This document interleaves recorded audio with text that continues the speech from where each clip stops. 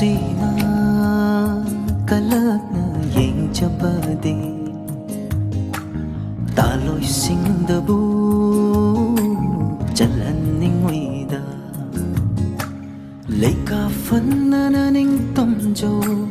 pakhang aina lekhong sangba oi jabani leika fanna ning tomjo